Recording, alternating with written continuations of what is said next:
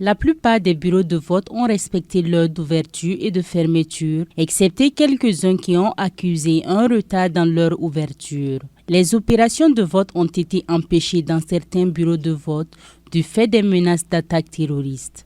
Ce sont entre autres remarques observées dans 110 bureaux de vote sillonnés par la mission d'observation électorale de l'Institut Africa Solidarité IAS dans le cadre des élections couplées au Burkina Faso. Toute chose qui ne remet pas en cause selon elle la crédibilité et la sincérité des élections au Faso. La participation assumée des populations aux Jeux démocratiques est à saluer et démontre que le processus électoral est aujourd'hui une donnée intégrée par l'ensemble des acteurs.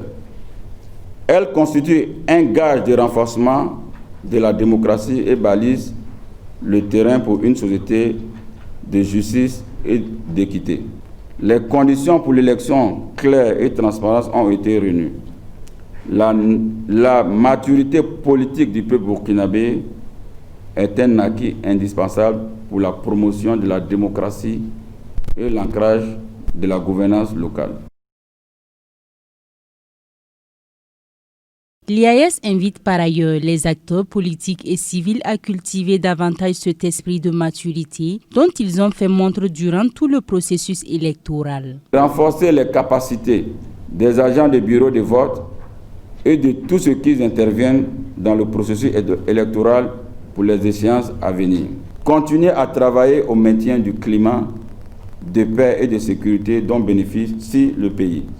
Chercher à construire par la voie du dialogue permanent les bases d'une démocratie viable et la bonne gouvernance. Demande à la classe politique d'accepter le verdict des urnes et de se soumettre à la décision de la Cour constitutionnelle.